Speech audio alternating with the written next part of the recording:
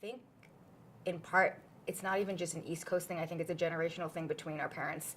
I think on one hand, for them, it was better to be associated with being Spanish because I think from a outwardly perceived ethnic view, you were more white.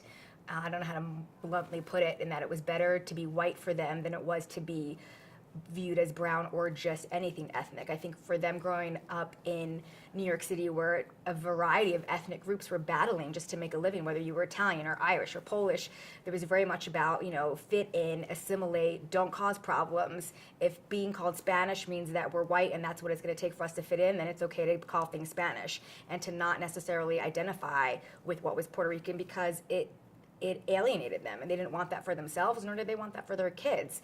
And I guess as time goes on, you just absorb what your parents say. So you eat Spanish food instead of it being alcapurria, which is Puerto Rican. It's just Spanish food all of a sudden. So, and you don't really know that that's maybe not an accurate way to describe that, because that's what you grew up with and that's what you live with. And it's not really until you leave that you're like, okay, well, this isn't paella, that's Spanish food. This is something different. And so you just kind of always have your feet in two different pots.